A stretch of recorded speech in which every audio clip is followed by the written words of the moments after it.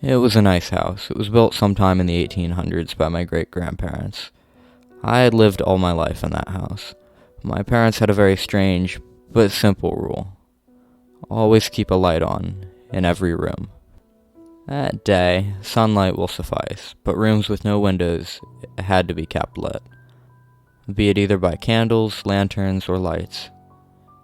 It was kinda weird, considering the fact that both my parents were not afraid of the dark and had perfect eyesight. I remember that in my teenage years, my parents would go for long walks at night in the dark, so I think it's safe to assume that the rule had nothing to do with fear of the dark or poor eyesight. But at least one light had to be kept on in every room at any given time. It did not make it hard to sleep. In fact, my mom and elder brother could sleep perfectly fine in the brightest sunlight. My father and I had to resort to eye masks. Fast forward to when I was 20 years old, my father passed away. 2 months later, my mother passed away too. They never told me about their strange rule. My elder brother, who was 25 at the time, moved out soon afterwards. I was the more antisocial type of guy. I worked from home, but I did have some friends, and they came over to party quite often. Nevertheless, I decided to respect the old family tradition and keep at least one light on in every room. And I forgot to mention that one light in every room was turned on or off by a breaker switch right next to the front door. The first couple of weeks went fine. I had no girlfriend. Thanks, Reddit, so I lived alone. It was pretty cool. Then one day, shit hit the fan. I was really sick. Really, really, really sick. I was outside, and when I came home, I forgot to turn the breaker on and just crashed into the bed. I woke up about 3 p.m. I woke up about 3 a.m., my eyes fixed at one corner of the room. It was dark. The darkest corner of the room. The more I looked at it, the darker it got. Fuck.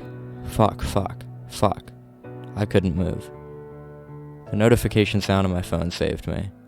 The darkness just vanished. It was regular dark now. The next day, I found a piece of paper outside my room.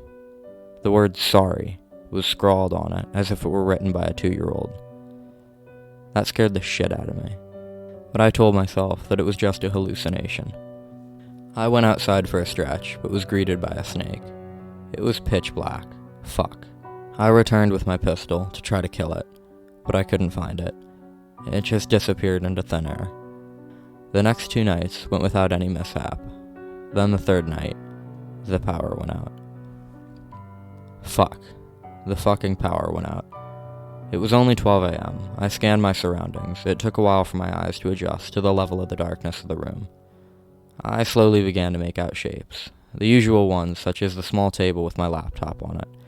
Then there were the more unusual and fear-striking shapes, such as that same emptiness in the same corner, just closer. It was not sleep paralysis. I could still move. Its eyes were even darker than its body, like black holes, sucking everything. 2 stubs on top of its head.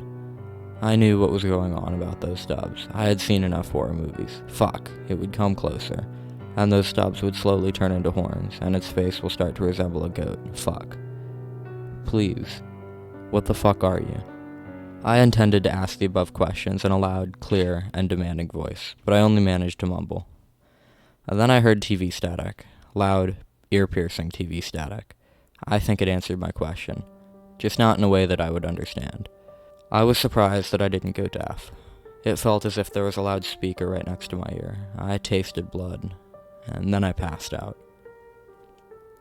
I woke up in the morning. The bedsheet was covered with blood. Apart from that, the room seemed perfectly fine.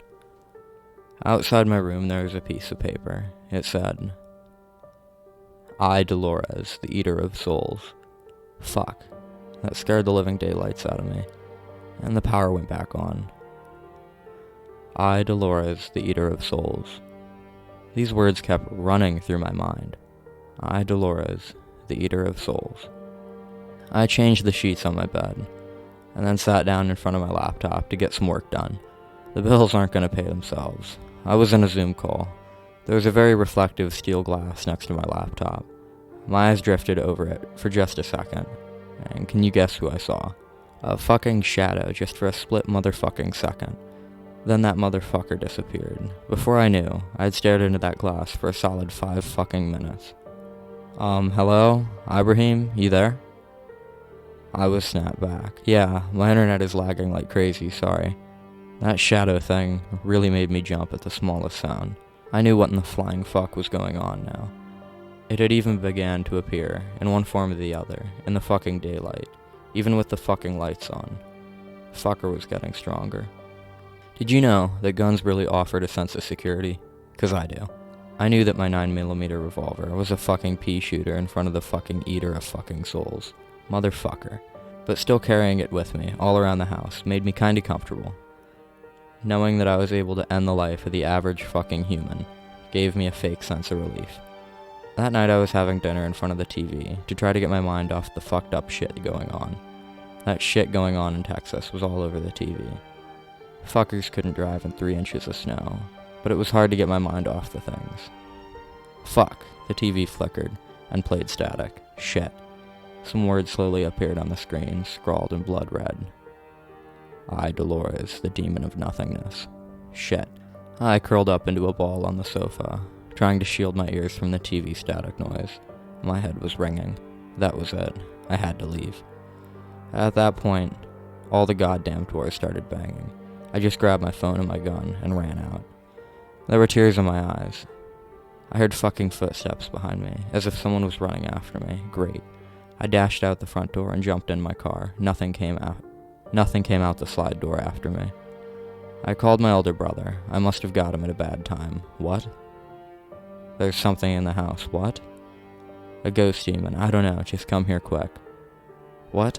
You are 20 fucking years old. Grow some balls. I don't have time for your bullshit. And the call ended. I jumped in my car and drove to a friend's apartment. Liz, 23 years old. I drove like a maniac. Thank God there weren't any cops around. I arrived at her apartment sometime later. It was around 2 a.m. I admit, I must have looked dodgy as fuck, arriving at a female friend's house in the dead of night with a gun in hand, begging to crash on the couch, all while ranting like a maniac. She did let me crash at her house, although not without asking me to explain what was going on. Part of me said that telling her about that would only make her laugh and I would just embarrass myself. The more polite part argued that it will seem very rude to crash in someone's house without answering their questions. So of course, I told her everything. She looked confused. I couldn't tell if she was trying to suppress a laugh or was genuinely worried. If she was trying to suppress a laugh, then I couldn't really blame her. My story would have seemed sketch to anyone, save a 2-year-old kid. Hell, I was beginning to question my own sanity. Anyway, she told me to sleep tight and took off to her room. That night I had a nightmare. I was standing over the middle of my room, facing one wall. Scrawled over the wall were the words, I, Dolores, your parents tasted good.